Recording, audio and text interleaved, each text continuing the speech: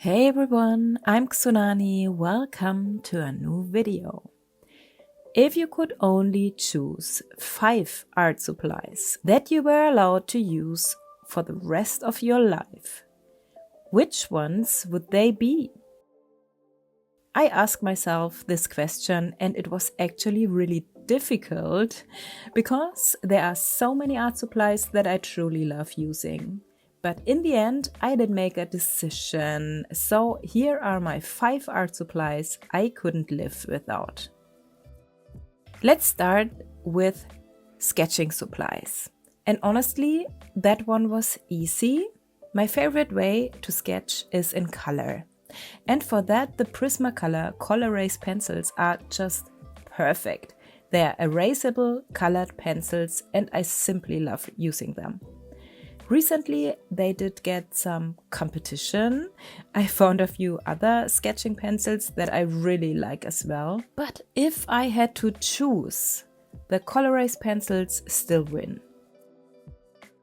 Like I said, they come in many different colors. I personally like using them most in red and blue. They are a little bit harder, but still soft enough to build up shading if you want to. What I really love about them is that the sketch doesn't smear when you paint over it with watercolor or other wet media. With graphite, I have an HB pencil here, which is about the same hardness as the color erase pencils. The colors can actually get really muddy when you paint watercolor over it. With the color erase pencils, you can see nothing happens, but with graphite, the brush picks up tiny graphite particles and spreads them across the paper. So what might have been a bright yellow wash over your sketch suddenly turns into a very muddy yellow. Another thing I notice is that graphite sketches stay very visible under transparent media. I mean, I actually like it when the sketch shows through a little bit here and there, especially while painting. It's very helpful for me to still see the sketch. But graphite always leaves these dark lines and they can be really dominant. That's why I prefer sketching in color. It just blends into the final image much more nicely. You can see that quite well here. And I also like sketching with 2 different colors sometimes. That way you can do the first sketch in one color and then refine it with the second color. Even if you're not planning to paint over it with watercolor or so, afterwards I just feel like colored pencils, especially erasable ones, give you more possibilities for sketching and drawing. I thought it might be nice to show you all of this here on the right sketchbook page, so you can see step by step how I work and why I chose these supplies. Let's draw these cute little creatures and maybe tree mushrooms are growing on them, because maybe they are some kind of forest spirit creatures. I'm doing this quite quickly here just to demonstrate this process. Oh, and yes, of course, they live in the forest, which means they have a little nest made of moss and maybe some fern. So I'm not erasing anything here now. I'm not softening the lines because I actually like seeing the sketch a little bit, even after the paint layer on top. Now, supply number 2 is watercolor. I simply couldn't live without watercolor. There are so many wonderful watercolor paints out there, so many brands, and also many handmade paints from smaller makers. I think the range is huge and everyone can find the perfect paints for themselves. You can get them in pans, for example Roman Schmoll only comes in pans, and many companies also offer them in tubes. I personally prefer buying them in tubes because it's easier for me to build my own palettes then. Watercolors are a transparent medium. Usually you work in layers with them, but there are also paints like the Kuretake ones that are a bit more opaque, almost moving into gouache territory. And I can tell you, watercolor and gouache were in a very close race here for this list. But in the end, I chose watercolor because I've simply been painting with it for much longer. Although I have to admit, I really wouldn't want to give up gouache either. Okay, maybe you're thinking, no, that is cheating. I have a ton of different watercolor paints here, some even leaning a little towards gouache. If I really had to choose just one brand from the ones I own, which would be incredibly difficult because, for example, Quor watercolors are honestly some of the best paints I've ever tried overall, but they are also among the most expensive ones. That's why I don't own that many of them. One tube can easily cost 20 bucks.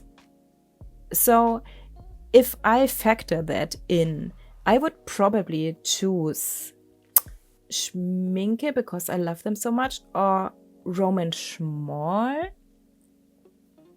For this video, I will use Roman Schmall paints here. The only downside is that they don't come in tubes, but otherwise I absolutely love them. The way they paint, how well pigmented they are, and all that for a really good price. They also have many granulating colors. I will just swatch a few random ones here. This paper has almost no texture. It's very smooth, so the granulation isn't extremely visible, but you can still see it a little bit. I will show it to you later when they've dried. Now I'm going to paint on this page with watercolor over my sketch. For this I chose Quinacridone Gold, Caput Mortuum and Aquarius Green.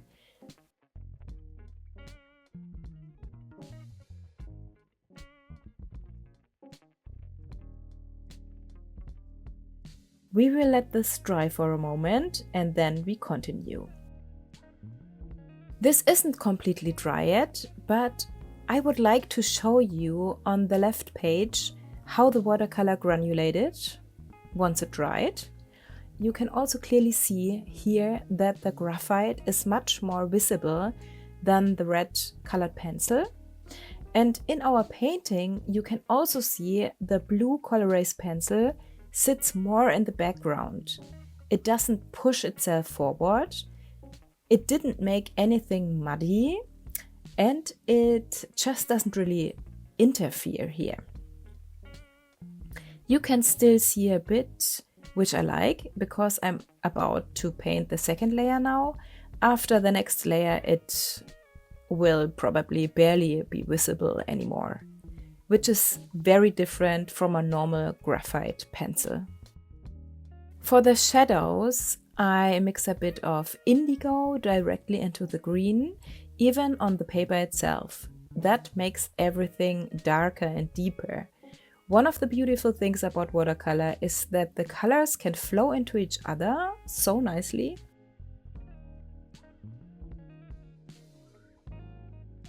And then they kind of do their own thing. And in the end, you get a beautiful texture. Or like I'm doing here with the creatures, I keep adding a bit of yellow or Caput Mortuum here and there, and so the surface become nice and irregular. So that's how I imagine a forestry spirit deep in the woods should look like. The mushrooms get a little violet glow. For that I'm using Perilane Violet and also a bit of Quinacridone Red here. Now we also have a really nice color contrast in the image. It works especially well because the Caput Mortuum already has a slightly purple undertone. I also add a little bit of the Quin Red into the branches here. I really like how that looks.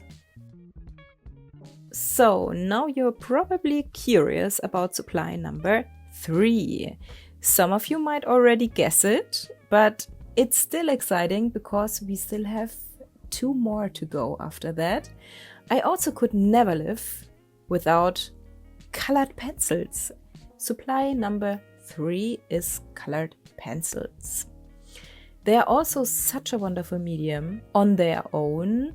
I love drawing with them in my sketchbooks, and there are so many different ones.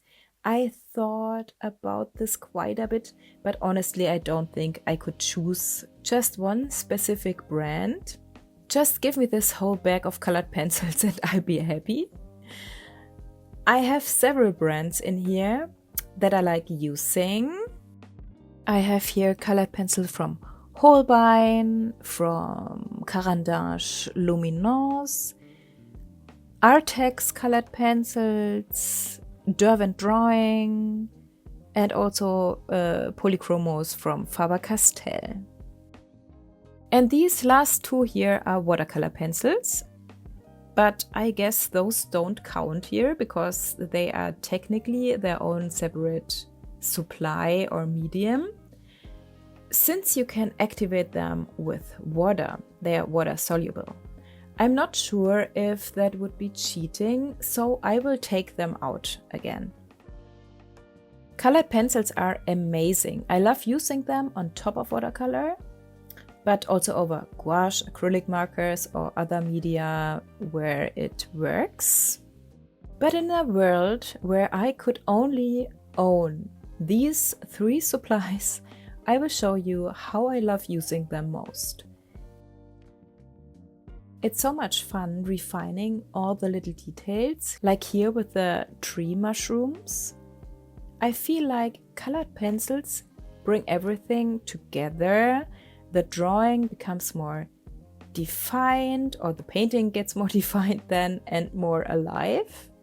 Of course, pure watercolor artists might not be finished at this stage yet. With watercolor, you can absolutely paint all the details as well, if you take the time.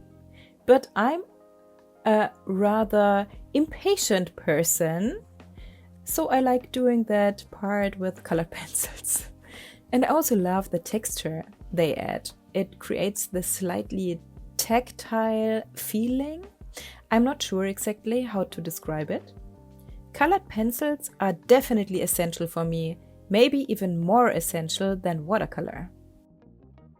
At this point, I have to say, if I had to choose only 3 supplies, this would already be it. Maybe I would swap the sketching pencils for paper in any kind, and honestly, that would already be enough for me. But since I'm allowed to pick 5, number 4 obviously has to be some kind of surface to work on. Paper. And for me, more specifically, that would definitely be a sketchbook. I love sketchbooks. If a page turned out really nice, you can always remove it and frame it, or you can scan it or photograph it. Here I have this sketchbook. This is the Strathmore Mixed Media sketchbook. I really love the paper. It's 100% cotton and has very little texture. And then I have these here, the Art Creation sketchbooks by Taylance. I absolutely love them. I think these are my most favorite sketchbooks, I guess. Yeah. They have a creamy colored, very smooth cellulose paper, and they are great for all the medias, for mixed media. I use everything in them. They come in many different sizes and colors, which I really enjoy because it gives some variety. But if I had to choose, it would be a very close race between these 2. However, in a world where watercolor would be my main medium, my only medium, I would probably prefer cotton paper, I guess. And for that, I also really love the paper from Etcher in this sketchbook. But even though the paper is great and everything, I still feel more comfortable somehow in the Strathmore one, even though the Strathmore isn't perfect either. For example, I don't like the soft cover so much because when you're working on the first or last pages, you always need to place something underneath. It's strange to work on. And the double pages don't lie completely flat. However, I know the mixed media sketchbook also exists in a hardcover, but then the size is different and I really like this larger format, this size here. The other ones would feel too small for me. But I think with the supplies I choose, I would ultimately go with the Strathmore here, even though I would really miss the art creation sketchbooks. Now we come to supply number 5. The last one I wouldn't want to live without. This one is very difficult because if things like the sharpener, brushes or eraser don't count, we say they don't count. If we assume those belong to the main supplies, like sharpeners with the pencils and brushes with the watercolor, then honestly, I would already be satisfied. But since I still have one spot left, I would probably choose perhaps a white highlighter, but that wouldn't be a very smart choice, I guess, for my last pick. Because I also have acrylic markers here, and every set of acrylic markers usually includes a white one anyway. So if I choose acrylic markers as my 5th supply, I automatically get a white highlighter, and I also gain another completely different medium that I can use on its own. And honestly, they bring me a lot of joy. I love these acrylic brush markers. I use them a lot for sketching and painting, or whenever I need to add something opaque on top, in what color ever. But gouache would also be in the race then here again. Because instead of a white highlighter, I could just use white gouache and also use the other colors opaquely. I have to admit, my heart does lean a bit more towards gouache for reasons. I don't know exactly why. But when I think about how much I enjoy sketching with markers and how gouache is quite similar to watercolor in terms of handling and stuff like this, we are here on a list for 5 supplies I have to choose. And when things need to be quick and colorful, yes, I think I would still choose then the acrylic markers. So let's summarize. I would choose Prismacolor Colorase pencils for sketching, watercolors as my wet medium, colored pencils, sketchbooks if I had to choose the Strathmore Mixed Media sketchbook, and finally acrylic brush markers. And I have to tell you, this was really not easy. I've been thinking about this for 2 weeks now, since I know I want to make this video, and I keep changing my mind every day. It's very possible that in a week I would swap some of these supplies again, but today, in this moment, these are the 5 supplies I couldn't live without. I hope you enjoyed the video and found it interesting. If you did, please leave a like and also hype this video if you like. This is a new thing here on YouTube. And of course, I would be very happy if you would subscribe to my channel. Thank you so much. A very special thank you goes to my wonderful patrons. You are amazing.